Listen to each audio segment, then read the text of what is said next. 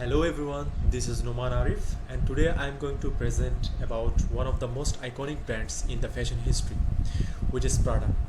So this brand was initiated in 1930, and if we look at the period between 1910 to 1920, there were several headlines in this period, which were Triangle Waist Shirt Factory caught fire, and also Mona Lisa was stolen off from the Louvre Museum, and Titanic hit an iceberg which killed over 1,500 passengers. And also World War I started, which ended on November 1918. And there was Spanish flu in Spain, which began from March 1918. And Hitler founded an association, which was German Workers' Party in 1919. And also several men's jobs were replaced by women's jobs. And if we look at the fashion during those times, particularly in women's wear, ball gown was founded by G.N.E. Spitzer, an Austrian designer, and his dresses was mainly made of silk, pearl, glass, etc. And there was rise of Orientalism, which means the popularity of Middle Eastern designs, and also French designer Paul Poiret introduced fancy dress costume, harem pantaloons, and the hobble skirt. This hobble skirt was very narrow down, which made difficult for women to walk. And also another French designer, Jacques Dosset, produced simple cotton designs during the war.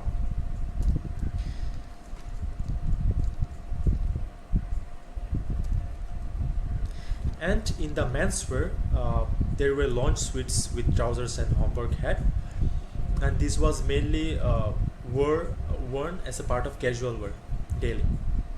And also frock coat and morning coat were worn for formal day events. And after World War I, trench coat gained its popularity, and this dress mainly incorporated elements of World War I, like the buttons and the hats. And also in children's wear, the smoke dress was worn by pinafore by young girls. And also in sailor suits, and also sailor suits and knee-length trousers was preferred, because this type of dresses were worn by young boys. And also stretchy knitted fabrics were mainly made due to the scarcity of raw materials during the war, and this was easy to create, comfortable to wear.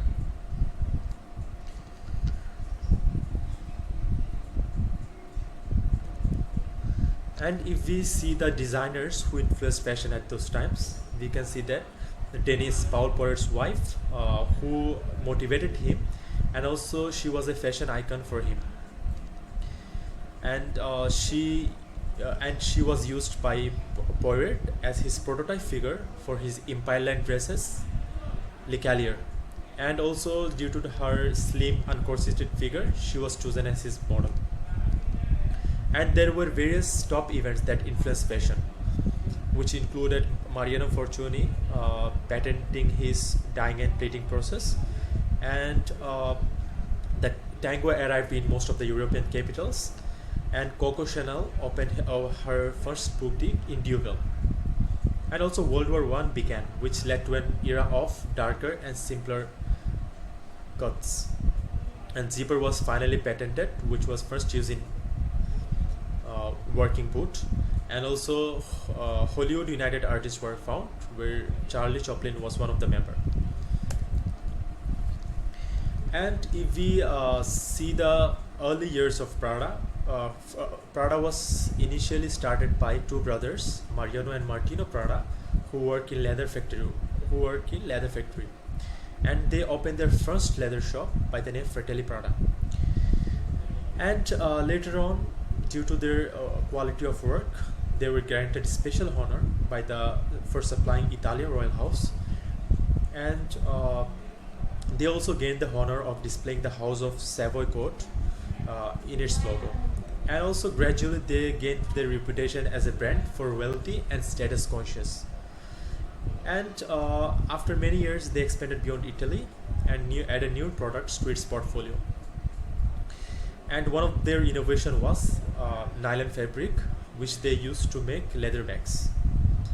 And Mario Prada ran the business until his death in 1958, and after his death, his daughter Luisa Prada took the charge. But Mario wanted his sons to take over the charge because he thought that women were not enough competent to look after the business. But unfortunately, his sons were not interested, so Luisa Prada took the charge. And after running the company for 20 years, she passed the responsibility to her daughter, Miuccia Prada, in 1978. And under her leadership, and under Luisa's leadership, Prada failed because it had only one store in operation. So it was Miuccia Prada who revived the dying brand. When she launched, it had only annual revenues of $450,000. Later on, she partnered with Patrizio Bertelli to introduce innovations which laid the foundation for the company's growth. And Miuccia's first innovative creation was nylon backpack, which was an instant commercial success.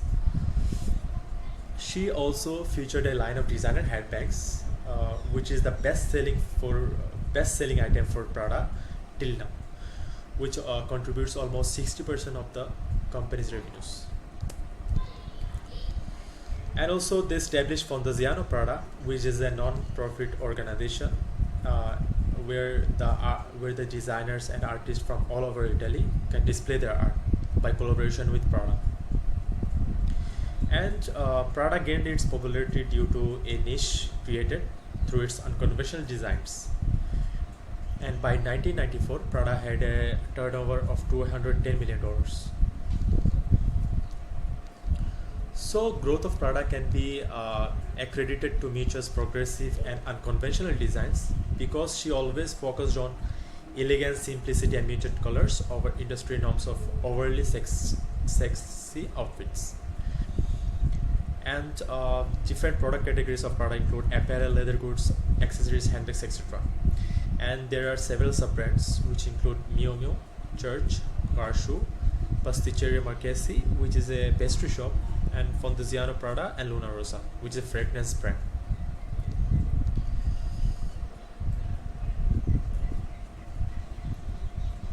So here we can see some of the product lines of Prada, and here also these are some of the topmost product lines of Prada. So Prada has contributed eccentric design, which are quite unconventional and contemporary compared to other brands. And also it produces its clothes using 100% regenerated nylon by the name Red Nylon line, which is a sustainable innovation in fashion.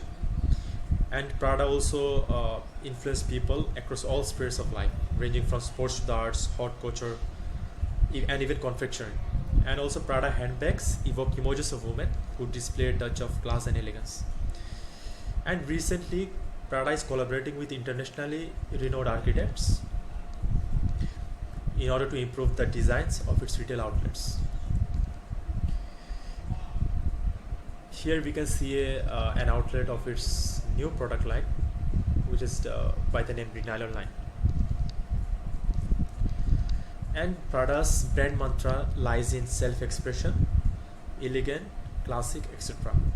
And also Prada's USP focuses on effortless luxury compared to its competitors' reliance on logo and heavy pieces. And it emphasizes more on the designing part and not the branding part, to be specific. And also its long-term vision is to be one of the world's top luxurious fashion brand. And currently Prada operates in multiple lines, and recently it also entered into the mobile phone sector. And perfume sector also has various ranges like La Femme Prada, Prada Luna Rosa, Prada Amber Pour Homme for men. And its main positioning relies on intellectualists, cultural creatives, and innovators, and also have the affluent customers who can spend more. And its most of its product lines are functional, elegant, and simple. And Prada's value proposition relies on innovation and elegance, and also in order to enhance customer experience, and collaborating with masters of art. And also Prada follows a premium pricing strategy for its luxurious line of products. And it has high brand value and quality, so that it can implement higher prices on its product lines. And if we consider the price range, its accessories range from $200 to $400, and also its clothing line ranges from $200 to $2,000. And also Prada's prices vary from country to country. For instance, in Europe the prices may be higher, and in Asia the prices may be comparatively lower. Despite implementing a higher price, Prada is still able to reap its high market share due to its high brand equity and image. And if we come to the four pillars, Prada's customers are mainly the people who look for excellence, innovation, quality, and attention to details. And its artisans also produces products that are unique, exclusive, and trendy.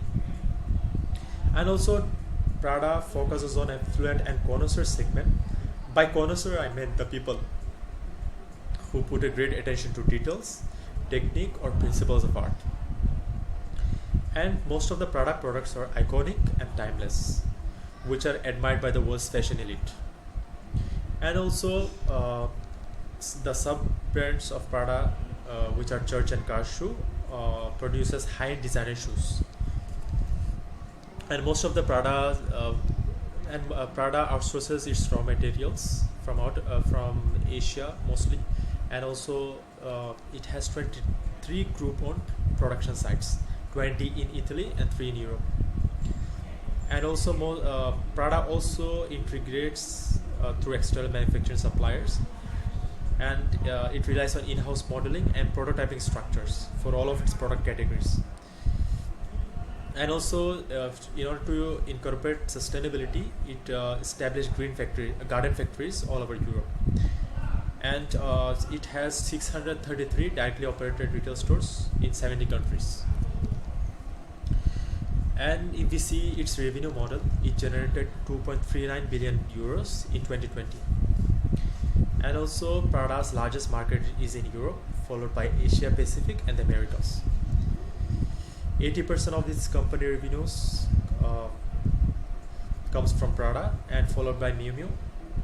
And also more than 80% of the Prada revenues comes from directly operated retail stores. Customers and franchises accounts for 18% of its revenues, and also it focuses on margins rather than volumes, which is resulting from its exclusivity.